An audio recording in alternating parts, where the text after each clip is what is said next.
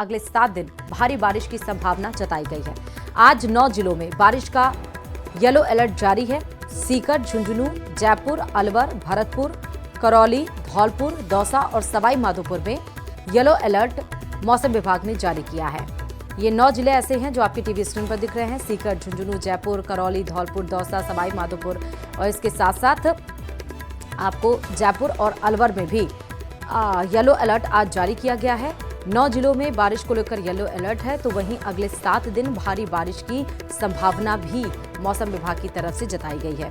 अभी जो जलभराव की स्थिति थी उससे ही उबरा नहीं जा सका है, उससे ही आम जन परेशान है और फिर से अगले 7 दिन भारी बारिश की संभावना जताई गई है। तो ये एक फिर से परेशानी खड़ी हो सकती है, क्योंकि जिन जिलों में बारिश हो रही है और जिन जिलों में जल निकासी की व्यवस्था बहुत ही खराब है, वहां पर फिर से अगर बारिश तेज होगी तो आप सोच सकते हैं कि वहां पर जन समस्याएं फिर से खड़ी हो जाएंगी। फिलहाल अगले 7 दिन तक मौसम विभाग की तरफ से भारी बारिश की संभावना है और 9 जिले इनमें ऐसे हैं जिनमें येलो अलर्ट बारिश को लेकर जारी किया गया है।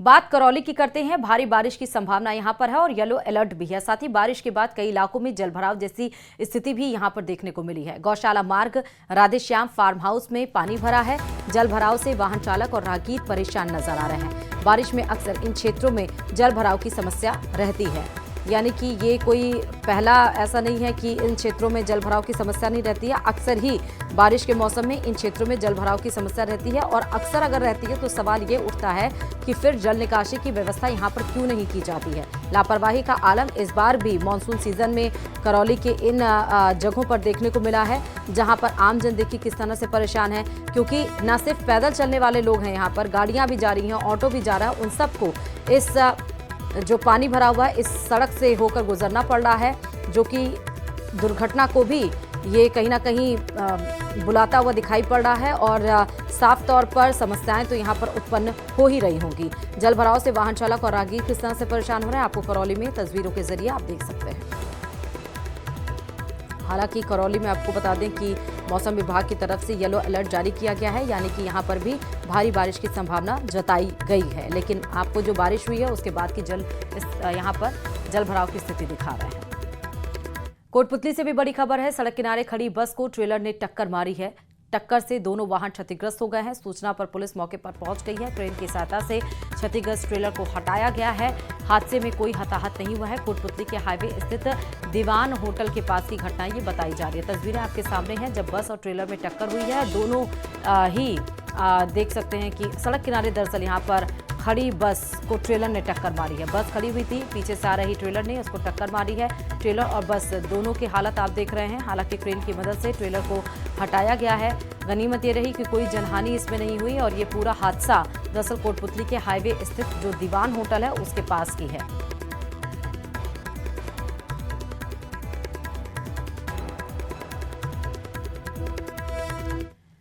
बात सिरोही से बड़ी खबर की। बरलूट थाना क्षेत्र में चोरों के हौसले बुलंद हैं। भूत गांव में बाबा रामदेव मंदिर को चोरों ने निशाना बनाया है। मूर्ति से मुकुट, सोने चांदी के गहने और दान पात्र को चोरों ने चुराया। घटना की सूचना पर जवाला पुलिस मौके पर पहुंची है। मंदिर में चोरी के बाद गांव ग्रामीणों में आक्रोश है।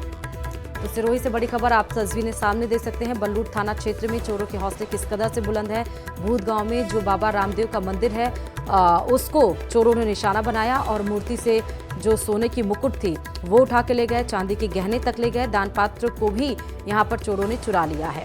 और अक्सर आप देख रहे हैं कि राजस्थान में मंदिर को अब चोर निशाना बनाते हुए नजर आ रहे हैं। ज्यादा जानकारी के साथ संवाददाता प्रतीक इस खबर पर जुड़े हुए हैं। प्रतीक, रामदेव मंदिर को चोरों ने निशाना बनाया, क्या कुछ जानकारी? जी बिल्कुल, देखा जाए तो यह जावल के बूद गांव है, जहां पर लोगों की आस्था का केंद्र भगवान रामदेव जी का मंदिर है। यहाँ पर जो है चोरों ने आज रात को जो है जो इसके मुकुट थे, सोने चांदी के आभूषण थे और कैश जो था, दान पात्रों को लेकर चोर भाग गए। ये चोरी ये पहली चोरी नहीं है, यहाँ पर पहले भी 15 से ज्यादा चोरियां आसपास के क्षेत्रों में हो चुकी हैं। जिसको पुलिस ने अभी तक एक भी चोरी को उजागर नहीं किया है, जिसको लेकर आज जो चोरी हुई है उसको लेकर जो है ग्रामीणों में खासा आक्रोश देखा जा रहा है। अब जो है पुलिस की गश्ती पर भी जो है सवाल उठते हुए नजर आ रहे हैं, क्योंकि पुलिस की गश्ती नहीं होने के कारण जो है चोरों के हौसले बुलंद हैं और लगातार चोरियों पर जो है नकल नसने में जो है पुलिस जो है फेल होती हुई नजर आ रही है। जी ठीक है प्रतीक, बहुत शुक्रिया तमाम जानकारी देने के लिए खबर पे।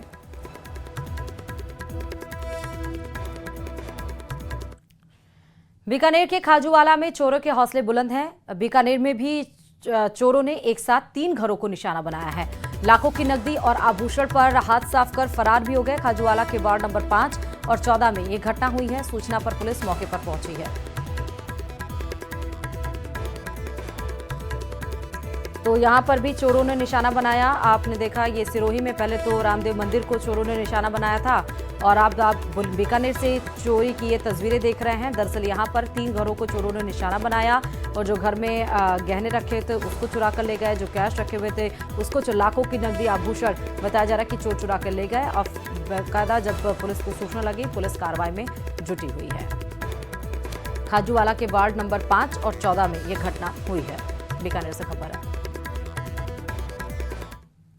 ब्यावर सिटी थाने के पास नाकेबंदी के दौरान एक अधिवक्ता का पुलिस चालान काटने पर हंगामा हो गया। दरअसल एक वाहन पर अधिवक्ता 3 लोगों के साथ जा रहा था और इसी दौरान ट्रैफिक पुलिसकर्मी ने उसका चालान काट दिया। अधिवक्ता द्वारा परिचय देने के बाद भी चालान बनाने को लेकर अधिवक्ता और पुलिस जवान में विवाद हो गया, जिसके बाद पुलिस अधिवक्ता शांति भंग के आरोप में गिरफ्तार कर थाने ले आई। उधर अधिवक्ता को थाने ले जाने और शांति भंग में हिरासत में लिए जाने की सूचना के बाद ब्यावर बार एसोसिएशन के अध्यक्ष दिलीप गौरा सहित बड़ी संख्या में अधिवक्ता थाने पहुंच गए और सभी अधिवक्ता को छोड़ने की बात पर अड़े रहे। उधर विवाद की सूचना मिलने के बाद डिप्टी राजेश कसाणा भी थाने पहुंचे और समझाइश का प्रयास किया, लेकिन अधिवक्ता पुलिसकर्मी को लाइन हाजिर करने की मांग पर अड़े रहे और थाने के बाहर धरने पर बैठ गए। करीब 1 घंटे तक पुलिस द्वारा समझाइश के बाद पुलिस और अधिवक्ताओं के बीच समझौता वार्ता की गई।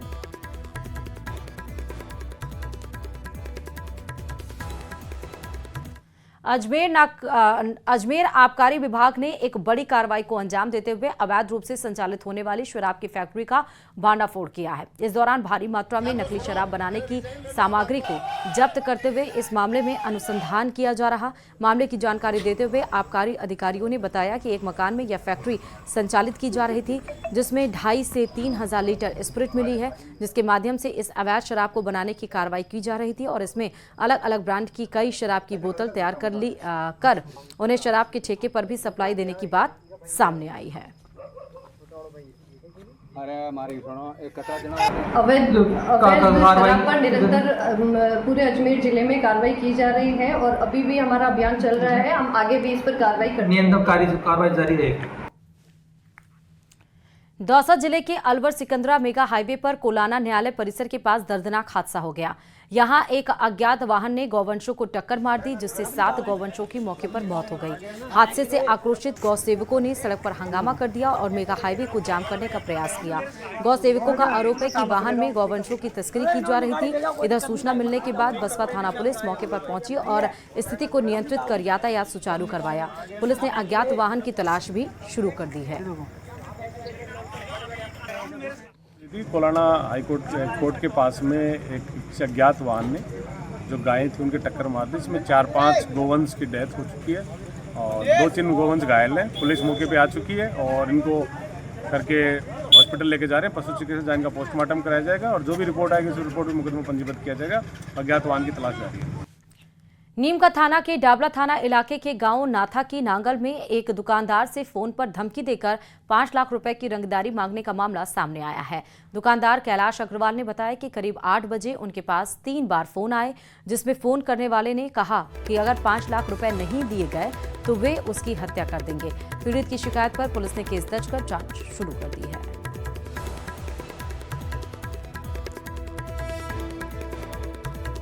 उन्होंने फ़ोन करके ऐसे कहा कि हमारे घर पे पेमेंट रुपये भेज देना। उसके बाद में मेरे थोड़ा सा संकोच हुआ कि भाई मामला गड़बड़ है। मैंने जल्दी से दुकान बढ़ाई, घर पे गया। घर पे जाके मैंने अपने बच्चों से बात की। बच्चों ने कहा कि आप पुलिस में केस दर्ज कराओ। मैंने पुलिस में केस दर्ज करवाया। पुलिस में केस दर्ज कराते ही तो पुलिस एक्शन में आई, पुलिस एंड टू एंड मेरे घर के ऊपर आ गई। घर पे आके पुलिस ने पूरी इंक्वायरी की, इंक्वायरी करके उन्होंने मेरे से बयान लिए और मेरे घर की फ़ोटो, मेरी दुकान की फ़ोटो खींच के ले गई। बारां जिले के पाठेड़ा गांव में 7 दिन पहले आकाशीय बिजली गिरने से जीएसएस का ट्रांसफार्मर जलने से करीब 1.5 दर्जन गांव की बिजली आपूर्ति बाधित है।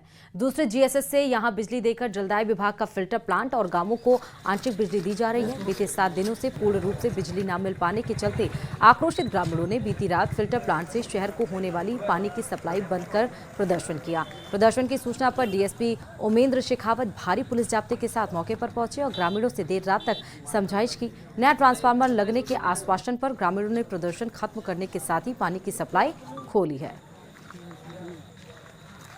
पिछले 25 तारीख से हमारे पाटेड़ा क्षेत्र की जो पाटेड़ा जीएसएस है, लगभग इसमें 16 से 15 गांव हैं, उसमें विद्युत आपूर्ति इन्होंने बिल्कुल भी नहीं कर, बिल्कुल इनका तरीका ही नहीं है और बिल्कुल भी लोगों ग्रामीणों को बिजली नहीं मिल पा रही है।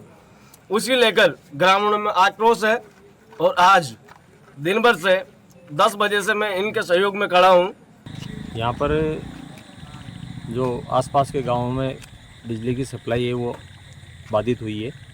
इसकी वजह रही कि आकाशीय बिजली गिरने की वजह से और पिछले दिनों बरसात लगातार होने की वजह से वो ट्रांसफार्मर जो है वो मौके पर नहीं पहुँच पाया क्योंकि वहाँ ज़मीन कच्ची है। कंवरलाल मीणा की विधायकी जाने के बाद अंता विधानसभा सीट पर उपचुनाव की तैयारियां तेज हो गई हैं। जिला निर्वाचन अधिकारी की ओर से उपचुनाव को देखते हुए सभी मतदान केंद्रों के निरीक्षण का आदेश जारी किया गया है और इसी बीच विभिन्न समाज भी चुनावी तैयारी में जुट गए हैं। इस सीट पर माली और सैनी समाज का प्रतिनिधित्व ज्यादा है। ऐसे में अपने ही समाज से उम्मीदवार के नाम की घोषणा की मांग उठने लगी। अंता कस्बे में माली सैनी समाज के स्नेह मिलन और प्रतिभा सम्मान समारोह में माली समाज ने समाज के स्थानीय व्यक्ति को टिकट देने की मांग की है। साथ ही ऐलान किया कि अगर समाज को प्रतिनिधित्व नहीं दिया गया तो वह दोनों ही पार्टियों का विरोध करेंगे।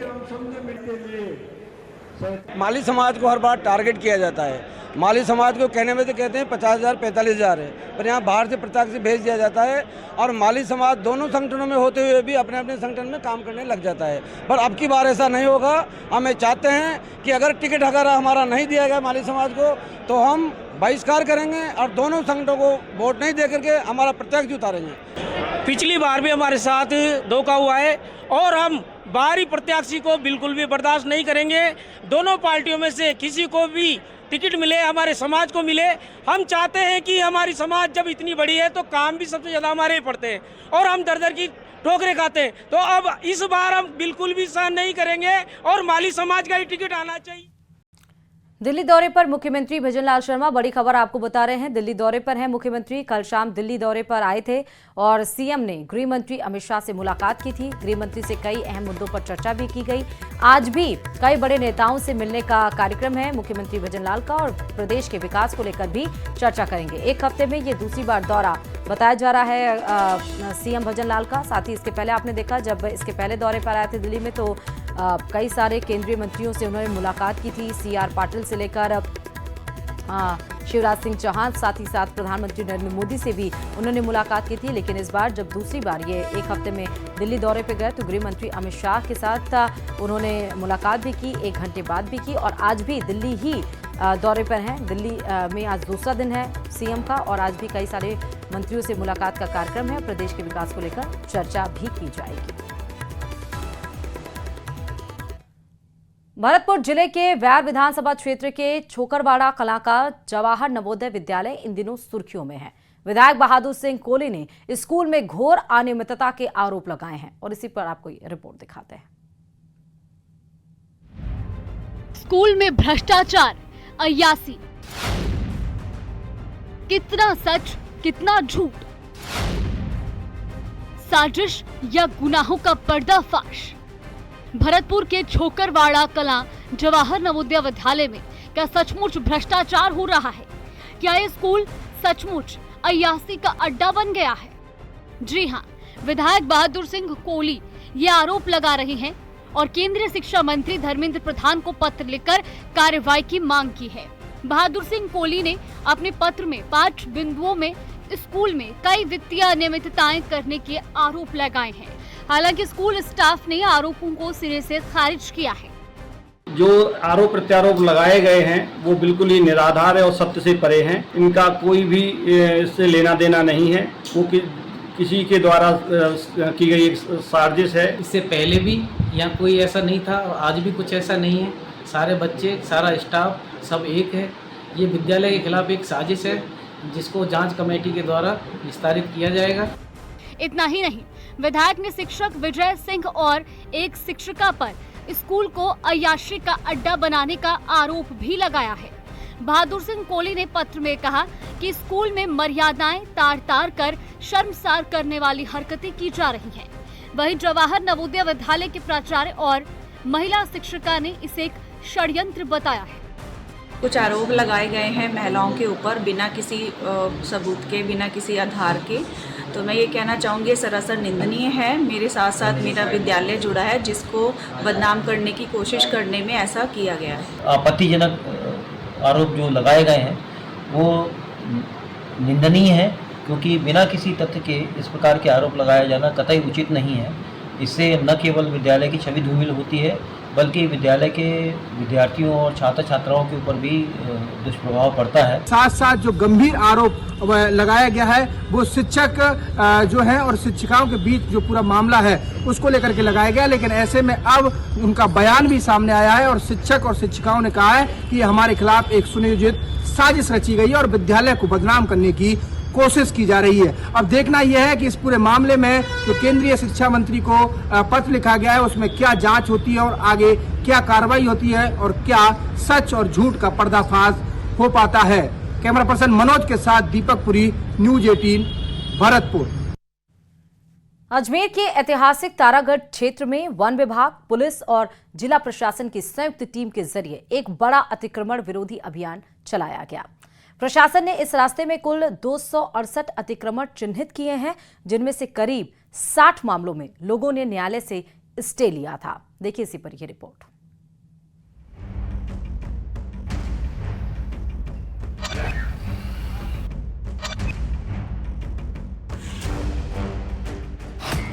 दरगाह से तारागढ़ तक प्रशासन का एक्शन।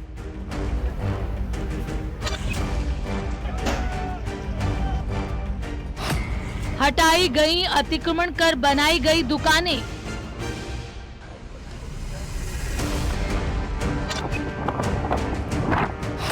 ढाई सौ वन कर्मी और 900 कर्मी रहे तैनात।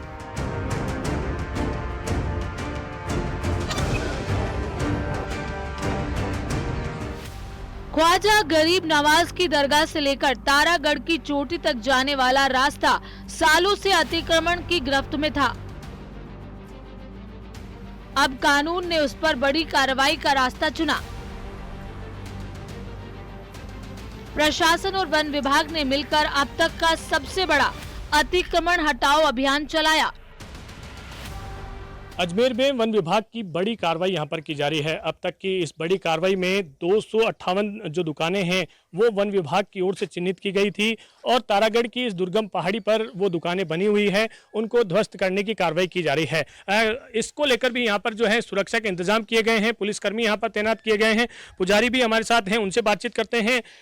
आज क्योंकि वन विभाग की ओर से बड़ी कार्रवाई की जा रही है, जो दरगाह से तारागढ़ की ओर जाने वाले जो रास्ता था उस पर जो है कार्रवाई की जा रही है। 250 दुकानें के आसपास उन्हें चिन्हित किया गया, ध्वस्त किया जा रहा है। इस मंदिर का क्या इतिहास है और आसपास में क्या इलाका है, क्या क्षेत्र है? जी, ये मराठा कालीन मंदिर है और ये शुरू से साधु महात्माओं की तपस्थली रही है।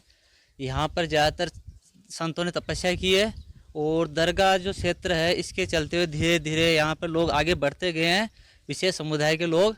और जो रास्ता है, रास्ते की जो समस्या है उस कारण यहाँ से लोग बहुत कम आ पाते हैं। यहाँ के दरगाह से तारागढ़ की तरफ जाने वाले इस पुराने धार्मिक रास्ते पर वन विभाग ने अतिक्रमण हटाया।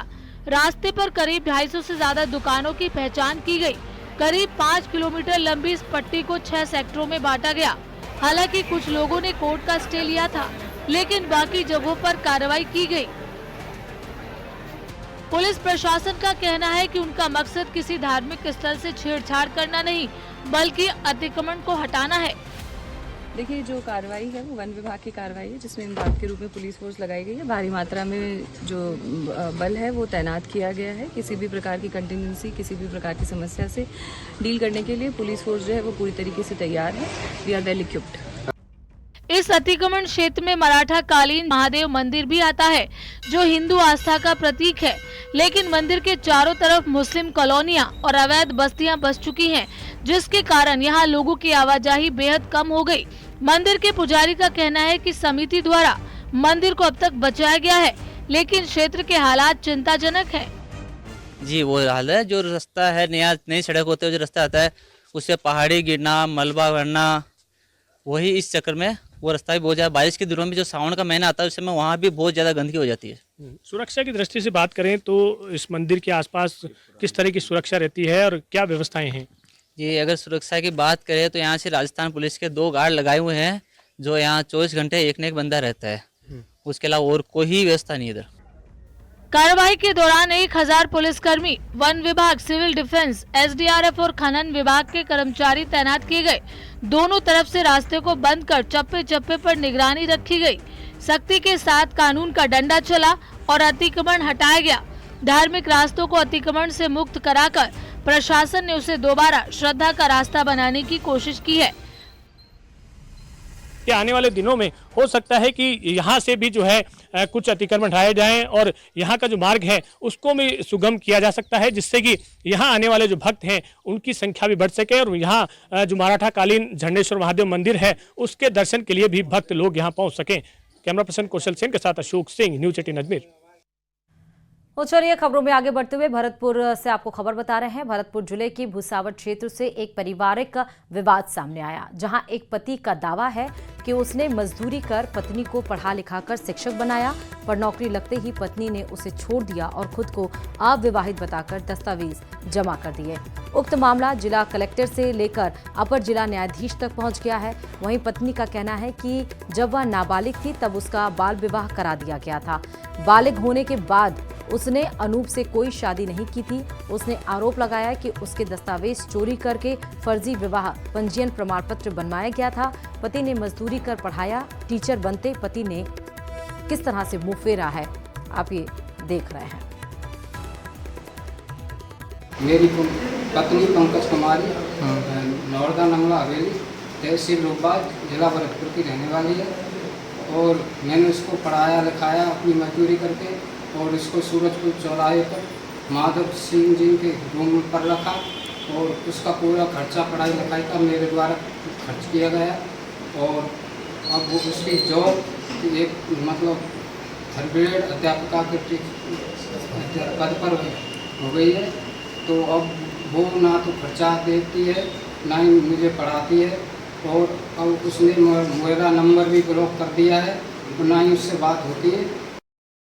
देखो जी, शादी होने के बाद में यहाँ 2-4-5 बार आई काम में, कमरे से जाती थी, खर्चा भी लेती थी और मैं भी खर्चा दे करके यहाँ जाता था।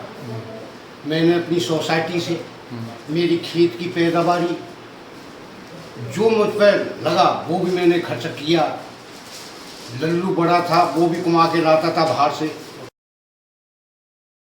जिले के कल्याणपुर क्षेत्र के डोली, अराबा सहित आसपास के गांव में फैक्ट्रियों का दूषित पानी अभिशाप बन गया है। लोगों का जीना मुश्किल हो गया है और जमीनें बंजर हो रही हैं। देखिए अभी ये पूरा मामला इस रिपोर्ट में।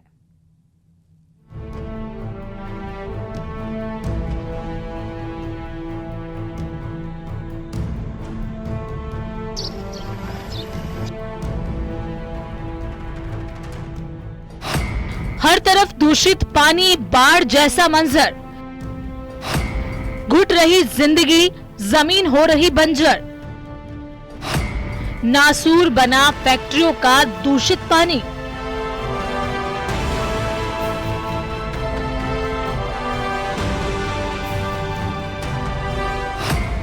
हर तरफ फैक्ट्रियों से निकलता जहरीला दूषित पानी है। गांव टापू बन गए हैं, जमीनें बंजर हो रही हैं। इस गंदगी भरे माहौल में लोगों का जीना मुश्किल हो गया है। घर से बाहर निकलना खतरे से खाली नहीं है। ये तस्वीरें हैं बालोतरा जिले के कल्याणपुर क्षेत्र के डोली, अराबा समेत आसपास के गांव की। ये कैसी जिंदगी है और जिम्मेदार लोग कहाँ हैं? हालात ये है कि स्कूल में भी पानी भर गया है और बच्चे अब पंचायत के एक हॉल में बैठकर पढ़ाई करने को मजबूर हैं।